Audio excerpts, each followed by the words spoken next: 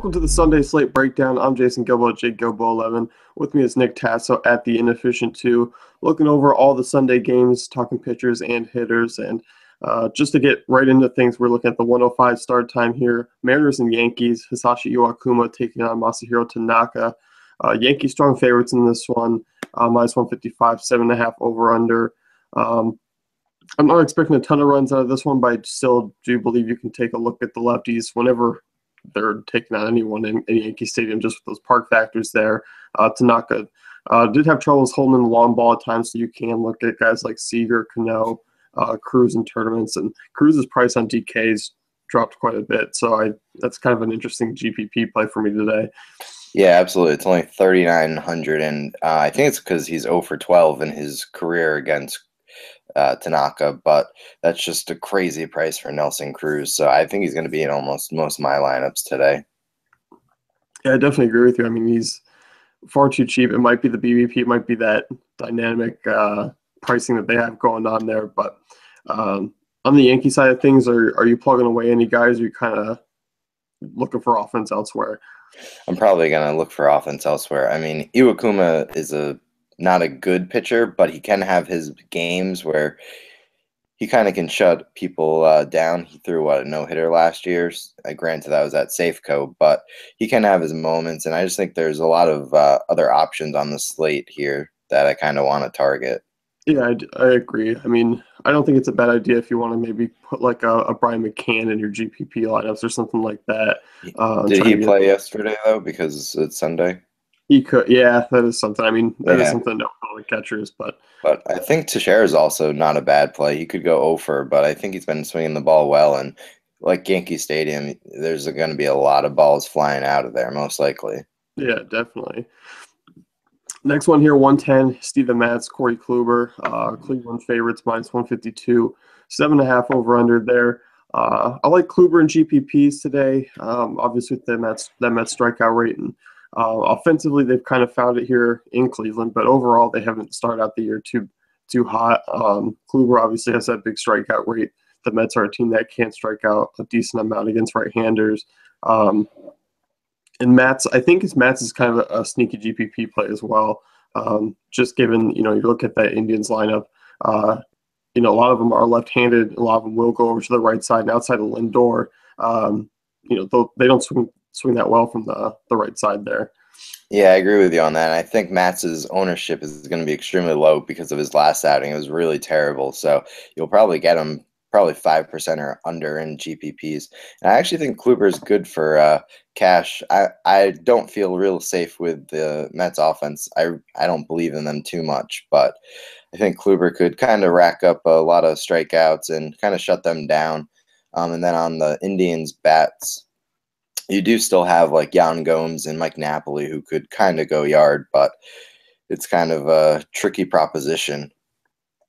Yeah, definitely. And I think I'm more likely to take chances with the Indians bats here in this matchup than I am with the Mets against Kluber. And those two bats that you mentioned, I like Lindor. I like Rajai Davis. There's two other names, Marlon Byrd. He's another one with some pop against lefties. So more so GPP guys. But overall, I think you look at the Indians team, they could put up some runs today. But overall, I think it's going to be pretty low scoring.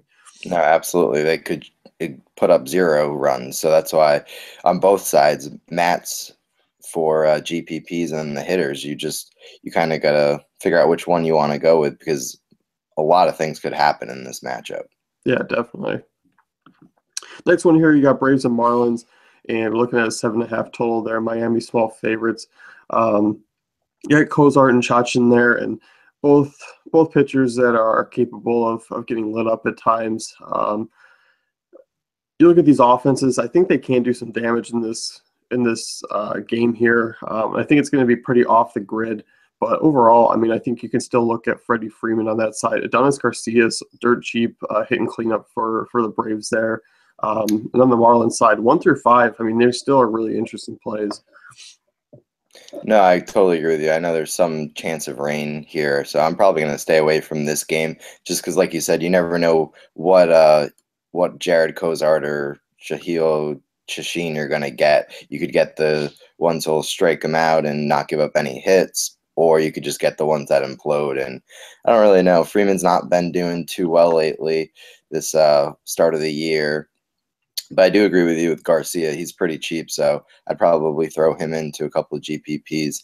And then on the other side, Yelich has been hitting the ball pretty well, so I kind of like him.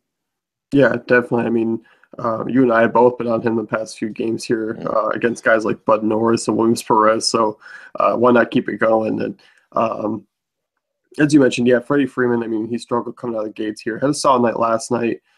His FanDuel price is very cheap, so if you were to look at a Kluber, he would kind of pair well with him just because you're not going with a stars and scrubs type of lineup. But although it is a possibility that you can do that. No, absolutely. Outside of that, I mean, Giancarlo Stanton always in playing tournaments for me. Won't be touching him in cash games with Bryce Harper up there, who's just annihilating baseballs right now. So really, I mean, Yelich, I think he's a safe play in all formats. D. Gordon, he does have that stolen base upside. Justin Bour, he's a cheap first baseman who I like in tournaments as well. Homered last night. A day late for me. I was on him the day before. But overall, I think he's a pretty solid play as well. Yeah, I like Bour a lot. Like you said, his price is pretty cheap, and he kind of goes under the radar because everyone's looking to pay up for those big first base bats, and people kind of forget about him. And then he's pretty good against righties. Yeah, he is. Next one here, we got the White Sox and Rays, Jose Quintana and Matt Moore, 7.5 over/under here. Both these lefties have been, pitching well out of the gates here, and I don't think they're going to be bad options moving forward. I don't think they're bad options today. I'm not sure the upside's there on both sides in comparison to some of the other pitchers on today's slate, but overall, I think they're decent SP2 options on DK there. Yeah, they have been pretty consistent, but I'm not sure, especially with Quintana, how long that's going to go for. He hasn't given up a home run yet, so I don't know what's going to happen in this matchup with the Rays, a lot of righty bats. But if I were to pick one player from this game, it'd probably be Evan Longoria on FanDuel. He's 2,900, so I mean that's a really good price for his caliber. I know he's kind of gotten a little old here, so he's not as good as he once was. But I think 2,900 against a lefty at Tropicana, he might be able to pull the ball, hit a home run out. So you're really not asking for much. I'd consider playing more, but again, I think the White Sox have a bunch of right-handed bats who could kind of really hurt them. And I know Melky Cabrera's hit more well in his career, so it's just one of those things to look at. Yeah, definitely. I definitely agree. And I like that Longoria call at that price tag. He's another guy who, if I'm rostering a Kluber, he's a guy who just kind of fits right in as well because he's not too pricey and he's not, you're not punting there. On that White Sox side, I think you can look at Jose Abreu. Todd Frazier's a guy who's hit lefties well in his career, obviously off to a slow start. But Frazier's another cheap guy who you can keep an eye on. And I think Longoria should be the popular play in that game. If you did want to make like a swerve or something, Frazier would be my pick. No, absolutely. Isn't Frazier's price a little high on DraftKings? I thought. I'm not 100% sure. Yeah, I think you're right. I think he's FanDuel still up with more. Yeah, FanDuel is the place where you're going to find tons of bargains early on this year. But DraftKings, they just price everyone so high. And yeah, Frazier's 4,300, Longoria 42, and you compare that to 2,900 on FanDuel. Yeah. Anyone else you're looking at from that game? Not really. It's one of those kind of Atlanta games. You're really not sure. The pitchers could do well or they could implode, and it's just you probably want to stay away from this one. Yeah, definitely. Next one here, one I will be getting some exposure to, Boston and Toronto. Aaron Sanchez or Stephen Wright, over/under of 9. Neither pitcher I'm intrigued with, even though Sanchez did. Both these guys actually did pitch well against each other. So you do have that going for you, but you also do have two of the better offenses in the league. I'm still looking to attack both sides. I'm still looking to attack Estrada from the left side with Ortiz there. Bogarts is starting to heat up a little bit. I think he's an interesting play at shortstop. And always Mookie Betts jumps off the radar for me as far as outfielders go. Yeah, absolutely. I think from the Red Sox side, I also like Dustin Pedroia. He's gotten hit in almost every game, I believe, except the first one of the year. So he's slowly having a decent season. He's not going to have that huge output like he could in years past, but if you're looking for a decent priced guy, I think he's 3,700. That's not too bad on DraftKings. He's could get a couple hits here and there, and I think after the Blue Jays saw right last week, they're going to really probably studying the film and kind of figure something out. Right-handers hit knuckleball pitchers a lot better typically. So I think that might happen today because there's a bunch of righties in that lineup. Yep, I definitely agree. And guys like Bautista, Tulowitzki, Encarnacion, even Donaldson, Pilar, yeah, yeah, Donaldson. So they're just so righty heavy, like, and against a knuckleball pitcher who notoriously are bad against same-handed, it's not going to end well. I think, like I said, just because they saw him last week and they got destroyed almost by Stephen Wright, that they're going to look at all the tapes and kind of figure something out. yeah, definitely. And you're looking at the price tags; they are expensive. Bautista not too bad on FanDuel though, 4,300. Um, that's all in perspective when you have Bryce Harper sitting at 59 on FanDuel. So Mm. anyone looks cheap. I mean, Mike Trout looks cheap compared to Harper there, but I like those righty bats a lot. No, absolutely. And like you said, Sanchez has been really good in his first two starts, but I'm just not sure how long he's going to be able to really continue his stretch. Yeah, you look at the larger sample size. I mean, this guy's been bad more times than not. Yeah. Um, He's been a yeah, better bullpen guy than I believe he's been a starter. But they needed a starter, so that's why they made the conversion. yeah. I mean, he's done well so far, but like you said, I mean, see how long this can last. Mm. Next one here, you got Washington and Philly. Gio Gonzalez, Charlie Morton, over under of 8. Washington minus 144 there. So Gio a strong favorite. Um, over under of 8. I was kind of iffy on Gio there. I mean, I guess they are expecting some runs. I know most are going to probably come from Washington side of things against Morton, but um, I think Gio's a strong play as far as SP2 goes. Um, I do think his production might be able to come a little bit cheaper though. No, absolutely. There's a lot of guys on this slate, younger guys who are priced a little bit better, I think, than Gio Gonzalez, and I really can only see him getting a max maybe 20 fantasy points on DraftKings. So, I mean, I think I'd probably look elsewhere because his price tag's pretty high, and the Phillies can put in a decent amount of righties, so there's a chance that he gets hit hard.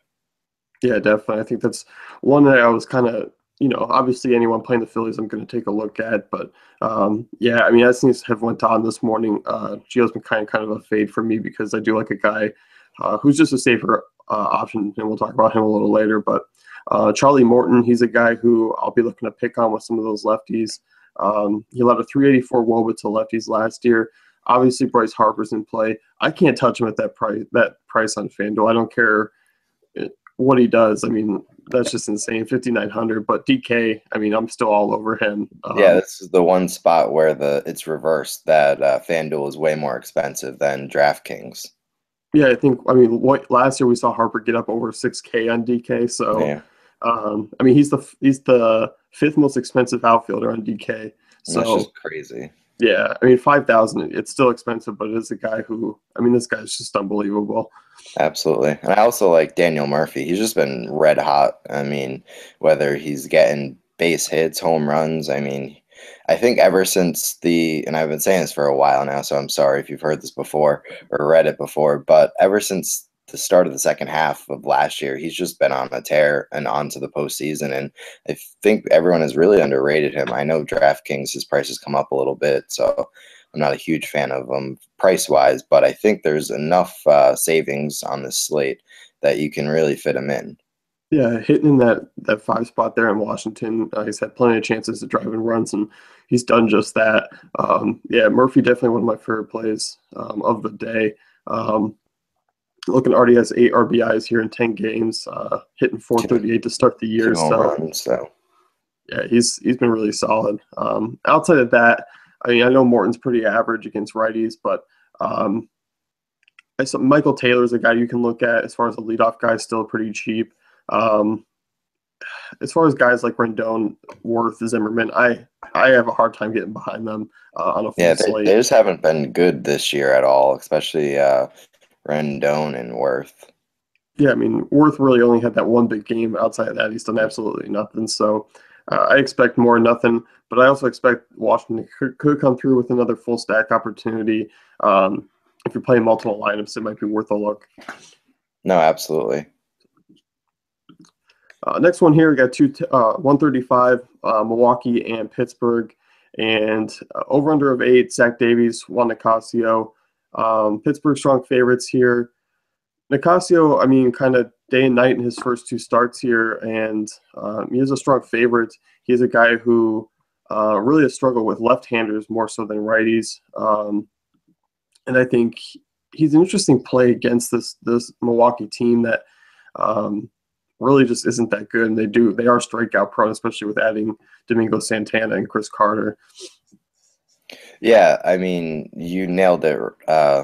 They're just really strikeout prone, and they have a bunch of righties. I mean, they only really have Scooter Gennett, who hits from the left side, and I can't even recall anyone else. So Nicasio, and like you said, he's been up and down, but if he can really kind of handle righties in that offense, I think he's going to be okay. Yeah, I mean, he looked great in that first start against St. Louis, 7 punch-outs over 6 innings, 1 earned. Then he did face a Detroit offense that is far more elite than most, and he did only rack up 4 strikeouts over 3 innings with 4 earned, so had some troubles. But obviously he's got PNC Park backing him, a strong Vegas line. He's really cheap, and if you're looking to stack hitters or you're looking to put him with Kluber, 6,100 on DK, that's a lot of savings right there, and you can enhance a bat or two with him going on the hill. Oh, absolutely. I mean, like we just stated, you're just not sure what you're going to get, but if you're kind of going for GPPs, he could really help you out a lot. Yeah. As far as the Pittsburgh bats go, once again, it's a full slate. I don't expect a ton of offense out in PNC, but I still think you can look at that Pirates outfield, really all around there. Polanco, Marte, McCutchen. I mean, all are solid bats. They're getting Zach Davies on the hill. Your average right-handers. So really, I'll look at them. I think if they fit into a lineup, I don't mind them in cash games, but I think GPPs is really where I'll be looking, just because there are other options I want to get in. No, I agree with you. With PNC kind of in the play here, it's really not a game that I'm going to be targeting, even with Zach Davies on the hill. I do like John Jaso for his price tag, still leading off. So, I mean, he's still a decent option. He'll probably get a base hit or two, and for cash games, it might help you out. Yeah, definitely. Are you looking at anyone on the Brewer side at all? As far as tournament guys? Not particularly. I mean, Braun has been pretty good lately, but I mean, I just am not a huge fan of that whole team at this moment, and it doesn't help that it's in PNC. Yeah, I agree with you. Next one, you got 210 here, Angels and Twins, Nick Tropiano, Kyle Gibson, over under a 9. That is surprising given these two offenses. I'm a little curious to see where Vegas pulled the 9 out of. No, I agree with you there. I love Tropiano in this matchup. I just think, like you said, these offenses are terrible. So Minnesota isn't going to really be able to do much against him. And I think he'll probably go 5-6 innings and get probably 5-6 Ks. And his price tag, you really don't need too much from that. Yeah, definitely. I definitely agree. And if he does that and pulls out a win, you're looking at 20 to 23 fantasy points. You're looking for a similar line to what he did against Oakland, and I do think that's very achievable against this Twins team. As far as the Angels side of things go, I just can't see a ton of offense coming from this team outside of Pujols and Trout, and Pujols is kind of over the hill for me. I think he's going to be one of those boomer bust plays most of the season. Trout always a solid play, but you just got to look. I think this year he's going to be bad more times than not because he's strictly bad, but fantasy production-wise, he doesn't have anyone hitting around him. So I just think his production is going to be down a little bit. No, I agree with you on that. I mean, it's the correlation play is more important in basketball, but if you're trying to rack up other points like RBIs and getting runs scored, unless he's hitting home runs all the time, he's not going to be able to get any of those points because he could get on base every single time, but if no one's there to knock him in, it's kind of pointless. Yeah, I know, and I think at his price tag, it's just so easy to fade him. But No, absolutely. target field as well doesn't help. So really, I can't see that game. It's usually you'd circle that 9 and be like, oh, I'm finding all the offense in the world there, but I can't see it. I know I'm going to call Vegas up and put some bets. I'm not a betting man, but I feel like this would be one of those times. Oh yeah, definitely. Next one here. This one I do trust the over under a 9, and that's Tigers and Astros here. Anibal Sanchez, Mike Fiers. Houston small favorites. Neither of these pitchers I'm a fan of. Just in Minute Maid, I'm looking more so for the bats here. Looking at those Detroit right-handed bats, and I think they're interesting. They're an interesting stack today. Mike Fiers allowed a 331 WOBA to right-handers last year. Struggled with a long ball, 1.46 home runs per 9. So that kind of really puts guys into play for me. Especially Miguel Cabrera, 4,200 on DK. That's it. Yeah, that's insane. And I know he hasn't had his best season so far, but he still has so much potential every time he's up at bat. And I don't know if you believe in the whole narrative of him playing in day games. Last year, he was just really phenomenal during those day games. So kind of hard to fade him here. I do really like him, and I even think JD Martinez, even though he's had really no power, I think he's been able to get enough base hits that will rack up fantasy points because he's hitting over 400. So I like him there. Then my favorite cash catcher play is Saltalamacchia. He's only 2,900 on DraftKings, so if he plays today, I'm going to probably lock him in. Yep, I definitely agree. And as you mentioned with Martinez, he's another cheap Tiger, just 4,100 on DK. And as you pointed out, I mean, the power hasn't really been there. Just one homer this year, a couple doubles, but really is hitting 385 to start the year, 444 on base percentage. So getting it done, safe option in, as far as cash and GPPs. And you're looking at Minute Maid, a nice park for hitters. So I'd definitely be looking at all those bats. And I like that Saltalamacchia call. Yeah, I mean, he's got 3 home runs now. He's starting because, man, I blanked on his name, but the Tigers catcher is out. Not Holiday, but I don't know. McCann, that's his name. So I think Saltalamacchia is kind of everything's at the palm of his hands right now. It's up to him what he can do, and I'm pretty sure that they'll keep giving him the ball to catch. So hopefully 2,900 gets a couple hits, maybe even a home run. Yeah, definitely. As far as the other side of things go, Anibal Sanchez really struggled with right-handers last year. 2.03 home runs per 9, 364 WOBA allowed. I'm looking at him. I think it's an interesting play with those Houston bats from the right side. Altuve is not usually a guy I target against righties a ton, but has shown a little pop. Obviously, it's not going to continue. He's not going to continue at a 20-plus home run rate. But stolen bases, runs, if he gets on, you can hope Springer and Correa do things behind him to drive him in. But really, 3 of those guys are on my radar, more so Correa, just because he's the far more talented and at a weaker spot than those other 2 guys. Yeah, absolutely. I'm not a huge fan of Correa's price tags, but I like him a lot in this matchup. And also Tyler White. I think he's over 4K now, but he's still he's been pretty powerful with the bat lately. And like you said, over 2 home runs per 9 by Sanchez last year to righties. So there's really a lot of like here with a bunch of righties in this lineup, or at least they can throw a lot of righties in this lineup. Yeah, that's a good call with White. It's just 3,000 on FanDuel, so it's not too badly priced. He is a little bit higher. He's 4K on DraftKings, so still not a bad price on either site. White sitting in that 5 spot, looking to do some damage, so I really like him. As far as other guys down the order, I'm not really looking to pick on guys like Jason Castro or Luis Valbuena and GPPs, even though they do offer some hopeful moonshots at times, but outside of that, they're a little too strikeout prone for me. Yeah, absolutely. I mean, the only good thing is Sanchez can get a little wild, so some of these hitters who are strikeout prone could get a couple walks here and there. I don't really like Castro because he bats ninth, but I do think Valbuena, if he's batting sixth or seventh, could be a nice GPP play. Yeah, definitely. You got next one here, 215, Reds and Cardinals, John Moscott, Michael Wacha, and Cardinals huge favorites here, minus 178, 7.5 over under. Wacha was the guy I was referring to when we were talking about Gio Gonzalez. He's $1,000 cheaper on DK, and I think you're going to see a similar production. Wacha's not the sexiest fantasy pitcher as far as strikeouts go, but facing a Reds team that really they're kind of overachieving so far to start the season. I don't expect the lineup to really continue hitting the way they do. And Wacha, solid at home last year. I just think he's a lock for a win today, especially with Moscott on the other side of him.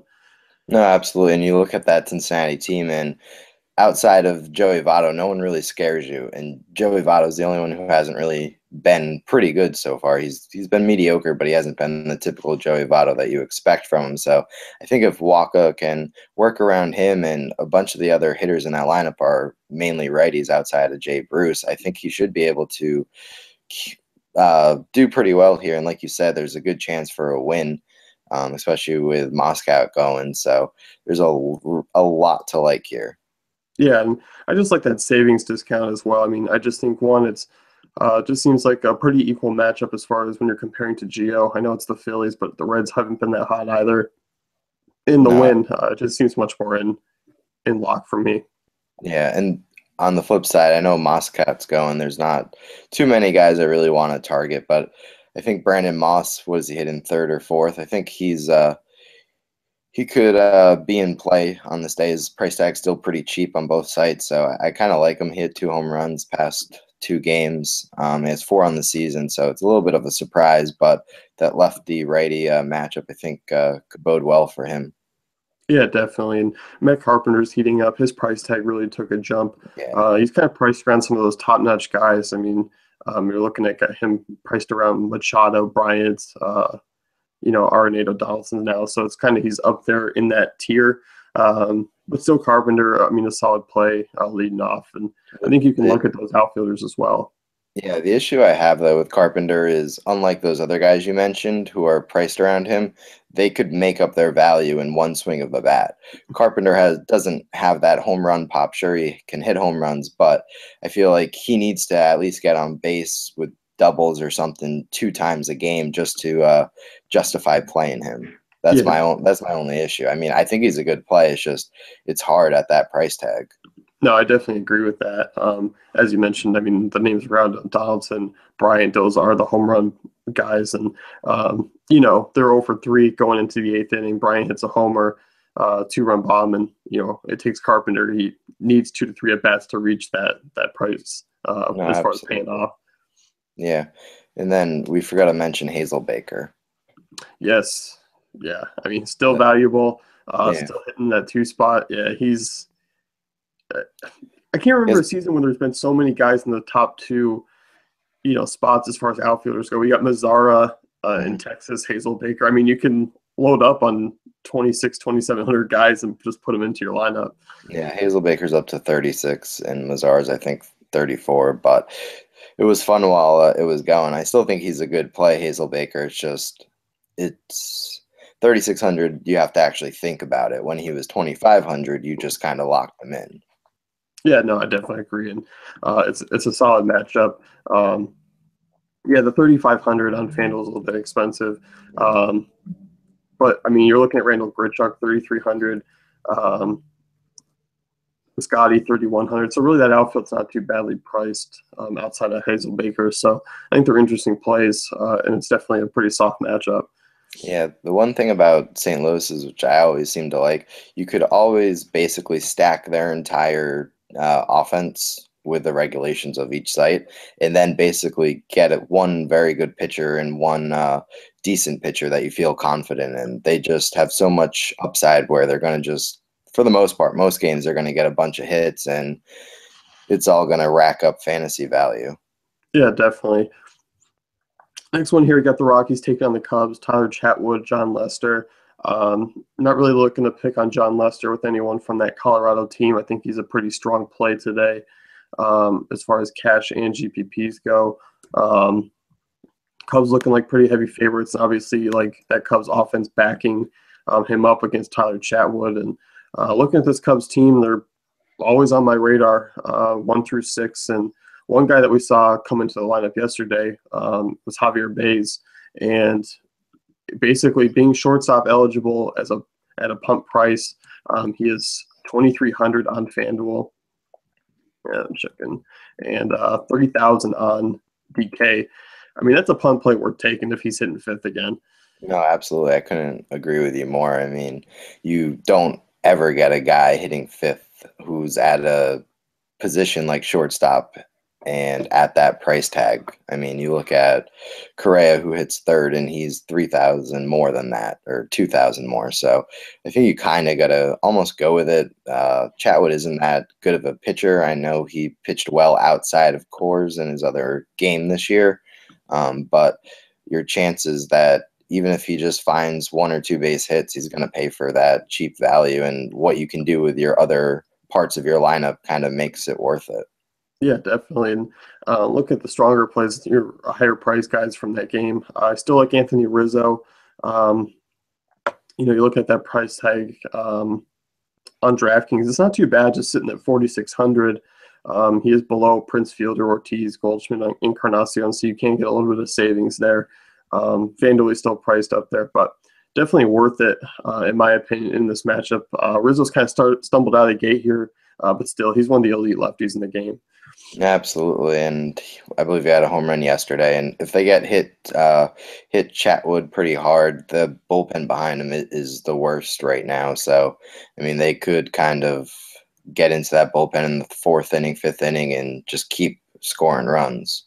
Yeah, definitely. And I think, once again, I mean, I'm going to be looking to at least stack the Cubs in one lineup today. They're just so stackable, 1 through 5. You just look, especially with Baez, now that he offers so much salary relief. It just kind of makes it even better for me. Yeah, and I agree with you with Lester. The only guy that I probably would do, just for nostalgia, would play Ryan Rayburn against a lefty, but he hasn't done too well in his career against Lester. But you just never know with Rayburn. He has one of the home runs against a lefty already this year, so hopefully. Yeah, Rayburn's one of those lefty splits guys who, if he didn't play last year, he got was burned a lot. Yeah, 2,900 on DraftKings. So yeah, just the chance, it's worth it. Yeah, 305 Orioles and Rangers, and you got Mike Wright and Derek Holland there. 9.5 over under. Unfortunately, it looks like there's going to be some rain. Thunderstorms. Yeah, it looks like storms most of the day there. It was above 60% from game time on. That's going to be one, given it's the later game. You're looking at a 105 lock. It's going to be friendly for offense if it plays, but I can't see myself taking the risk there. Yeah, I saw 90% thunderstorms, and that was like an hour before, 2 hours before, and then about 60% the entire time. So this one I'm probably staying away from. If there is late lock, if you're on DraftKings, you could give basically Trumbo a shot because he's just been red hot right now. But other than that, I'm really trying to stay away from this one. Yeah, I definitely agree. Next one here, we're looking at Royals Athletics, Chris Medlin, Chris Bassett, 7.5 over under there. This is another one that it's fairly unappealing on a full slate as far as pitchers and hitters go. I don't think there's going to be a ton of runs, but I don't think those pitchers are either going to be guys that I take a chance of because of that. No, I agree with you there. I do like Medlin a little bit. I mean, his price tag is pretty cheap, and I just think the upside's there. I don't know if it's just me following him when he was with the Braves, but I feel like whenever he starts, he's always in a good position to kind of do well. Oakland isn't that good of an offense, so I think he could be able to handle them decently. I'm not sure I trust him in cash because he can have a blow-up game, but he can really rack up those strikeouts pretty quickly, and that's kind of what you want to see with a cheaper GPP upside kind of guy. Yeah, no, I definitely don't disagree with you there. Had 7 strikeouts in his first start of the season. Does have a decent strikeout rate in his career when he's been healthy. Obviously, a matchup against the A's isn't, isn't unappealing for targeting pitchers against, and he definitely has O.Co back there backing him as far as park factors go. So yeah, I definitely see the Royals coming away with a win there. So I definitely can see Medley being of use. No, absolutely. And he was just, before he had the surgery, he was just so good with the Braves, and then he just basically died. It was pretty sad, but he's making a revival, hopefully. Yeah, I mean, if there's any pitcher revival, it usually happens in Kansas City right now with all those arms going on. Absolutely. So next one here, 440, Diamondbacks and Padres, two lefties on the hill, Patrick Corbin, Robbie Erlin. This one's interesting just because there are, some lefty mashers on both sides, but obviously you got Petco there. If you're playing it like a late slate in F4, 4-and-on game, if there's only three, this is actually the game to target for me. Looking at Matt Kemp, looking at Goldschmidt, looking at Wellington Castillo, Derek Norris, if they're behind the plate today, that's something you'll have to keep an eye on. Both those catchers would be in play against a lefty, more so Castillo, just because I think Erlin's a much easier matchup to pick on. No, absolutely. I really, really like Paul Goldschmidt in this matchup. I think everyone's going to look at Erlin's ERA and 1.1 this year, and they're going to be like, oh, he's a pretty good pitcher, not actually like look into his minor leagues and his career stats where they're really not good. Yeah, no, I definitely agree. I think, when pitchers when there's not enough stats that go back, it kind of lowers the ownership a little bit, but and Goldschmidt's price tag is pretty high, but as we've been referencing throughout the show, there's a ton of value to look at, and 5,100 on DK is a little pricey, but definitely worth it. And 4,500, I know he's the top price first baseman, but we've seen guys, upper 4,000s, 5,000s as far as FanDuel first baseman go. Absolutely. And I just want to let our viewers know that the Rangers game did get postponed already. Oh, did nice. At the time of recording, so you can just forget that game. Yeah, that's a good thing that broke right before, because I think the last time as soon as I clicked done, Strasburg was scratched from the lineup. Oh. So, yeah, the flu, right?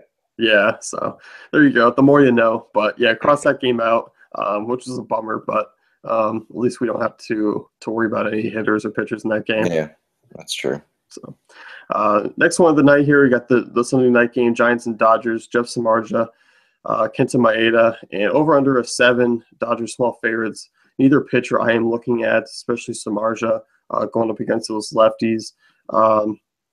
Maeda looked great in that first game, popped a homer, dominated the Padres, but curious to see against a better offense how he does.